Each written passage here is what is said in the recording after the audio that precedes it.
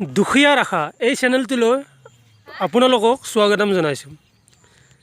চাওক এয়া গাঁৱৰ পৰিৱেশ, সেইজন ল'ৰা তেওঁ জাল বাই আছে। তেওঁ মাছৰ বাবে, কাৰণ আকাশ সিমান ডাৱৰীয়া নহয়, তথাপিও মানে বৰষুণ হোৱাৰ যদি সম্ভাৱনা থাকে তেনেহ'লে ইয়াত বহুত মাছ লাগিব। কাৱৈ মাছৰ বহুত মানে সম্ভাৱনা।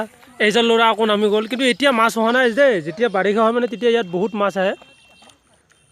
এইবিলাক ধাননি, সেউজীয়া ধাননি পথাৰ।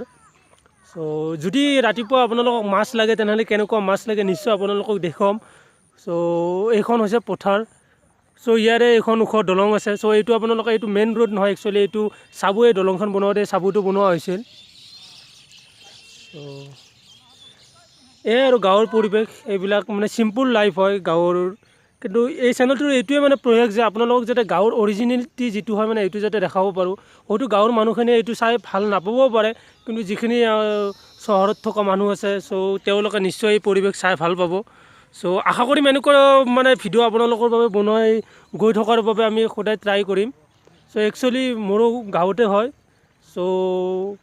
মোৰ দুখীয়া মানুহ আৰু দুখীয়া চিম্পুল লাইফ। এনেকুৱা আৰু মানে